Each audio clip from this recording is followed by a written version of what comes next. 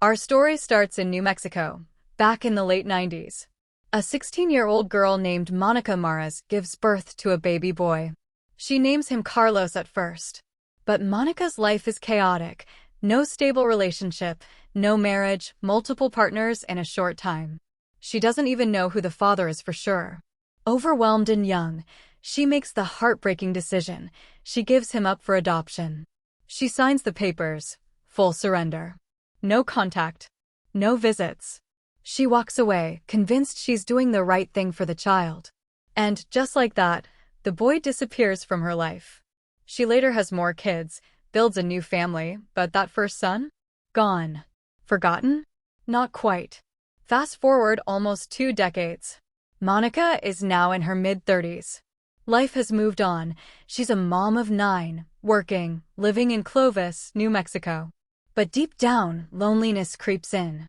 All those relationships, all those years, and she still feels empty. One night, staring at her computer, something hits her firstborn son. The one she gave away.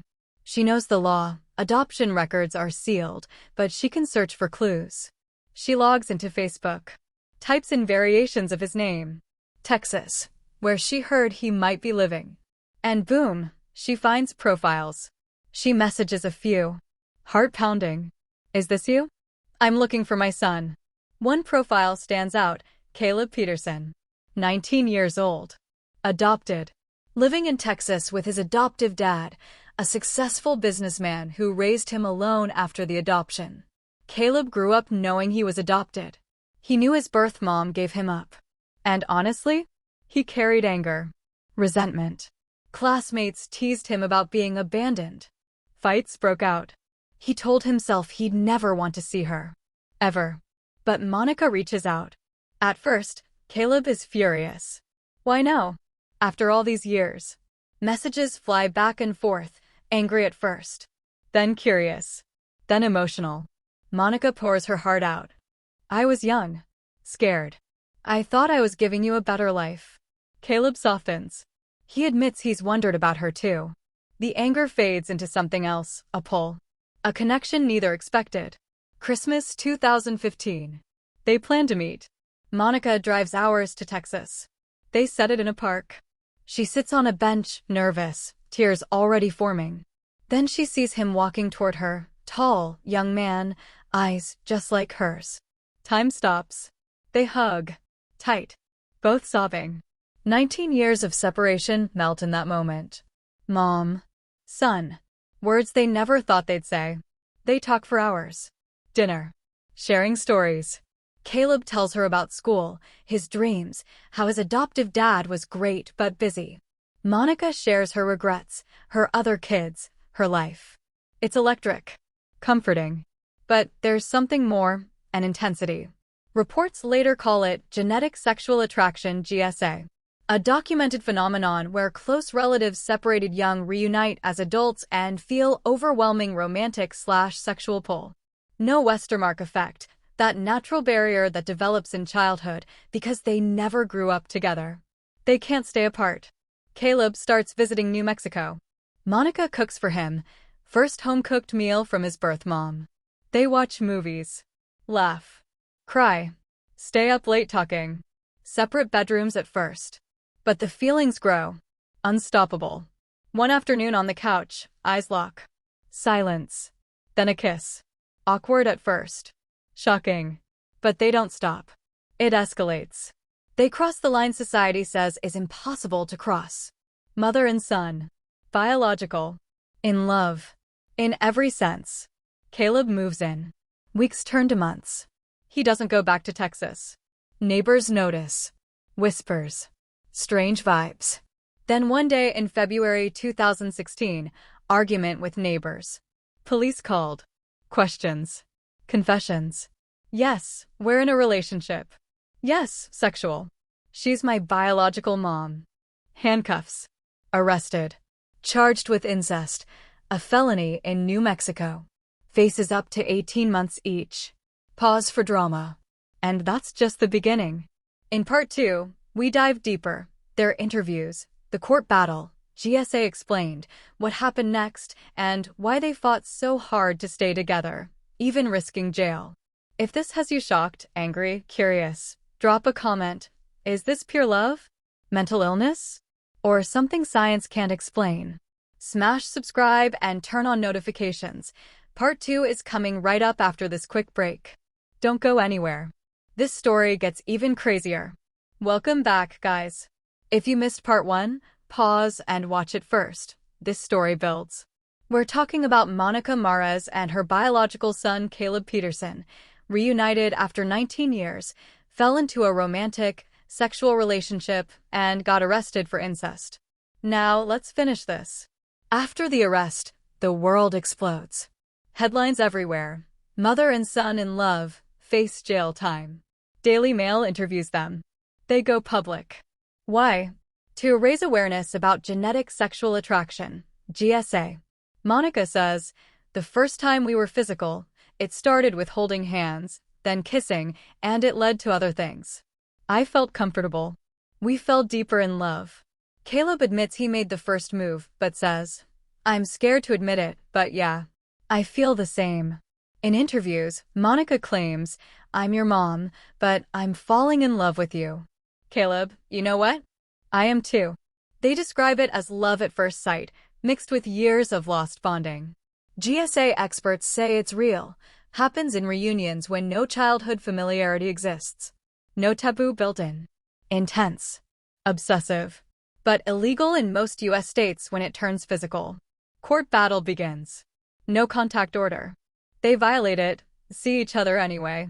More charges. Trial set for 2017. They plead no contest to incest, third-degree felony. Deal. Probation, counseling, fines. No full prison time served beyond initial jail, but 18 months probation. District attorney, they both definitely need counseling.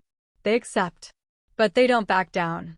Monica, willing to risk everything, even her other kids, to defend their love. Caleb, same. They say it's consensual adults. No abuse. No coercion. But law doesn't care, incest is incest. Post-case? They fade from spotlight. Reports say they tried staying together, but legal pressure, family backlash, public hate, it broke them apart eventually. No happy ending. Just pain, regret, and a spotlight on a taboo most don't discuss. Now, the big question, what do we think? Is this love? Or a tragic mix of loneliness, biology, and missing boundaries? GSA is documented, support groups exist. But acting on it? Society says no. Genetics say risks for kids, if any. Morals say destroy the sacred. Friends, this isn't judgment. It's real life. Shocking. Heartbreaking. Comment below. Does GSA excuse anything? Should laws change for consenting adults? Or is the mother-son bond too holy to touch? Drop your thoughts. Be respectful but honest. If this video blew your mind, like, share, subscribe. Turn on bell. More wild true stories coming. Thanks for watching. Stay curious. Peace. March 2017. Clovis, New Mexico Courthouse. Tension is thick. Monica, now 37, and Caleb, 20, sit separately. Court order kept them apart during the case. Jury selection is about to start. The DA's office is pushing hard, third-degree felony incest charges.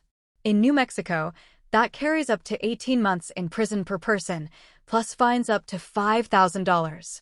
Prosecutors aren't buying the genetic sexual attraction defense fully. They say the law is clear, consenting adults or not, biological mom and son crossing into sexual territory? Illegal. Period. But right before the trial kicks off, both sides cut a deal. Monica and Caleb enter no contest pleas, meaning they don't admit guilt outright, but accept the charges won't be fought. The judge approves. No jail time served beyond what they already did during initial arrest. Instead, 18 months of probation each. Key condition? 18 months of no contact between them. 0. Not even texts, calls, or sightings. Plus mandatory counseling. The DA's office straight up says, they both definitely need counseling. Monica walks out silent. Caleb too. No dramatic speeches. just quiet acceptance. They fought so hard publicly, Daily Mail interviews, saying they'd risk everything, even Monica losing access to her other 8 kids. She told reporters, "Nothing can come between us, not courts, not jail." Caleb echoed it. They framed it as GSA, a real psychological phenomenon where separated relatives reunite as adults and experience intense romantic/sexual attraction because the normal childhood familiarity barrier, Westermark effect, never formed. Support groups exist. Stories pop up worldwide, siblings, parents/kids. But acting on it? Most places, including almost every US state, it's a crime. Genetics add risk, higher chance of health issues in any potential kids, though they never had any. Society screams, this destroys the sacred. Laws exist to protect family structures, prevent abuse power dynamics, even if both swear it's consensual. So, what happened next? After the plea, they vanish from the spotlight. No more interviews. No social media updates. No follow-up stories in major outlets. The last real reports are from 2017. Probation starts, no contact enforced. By all accounts, the pressure was too much. Family backlash. Public hate. Online trolls. Monica's other kids caught in the crossfire. Caleb's adoptive dad, already distant, probably cut ties harder. They tried to stay connected in secret at first, but violating probation would have meant real prison. Reports suggest the relationship didn't survive long-term. They drifted apart. Monica focused on her family. Caleb on his life in Texas or wherever he landed. No dramatic reunion. No marriage fight. Just silence. Fast forward to today, 2026. No new headlines. No books. No Netflix doc. They faded into normal life, probably still dealing with the trauma, the labels, the what-ifs. GSA experts say reunions like this can feel euphoric at first, like finding a missing piece, but reality crashes in, stigma, legal walls, emotional fallout. Some couples separate voluntarily. Others fight and lose everything. Monica and Caleb?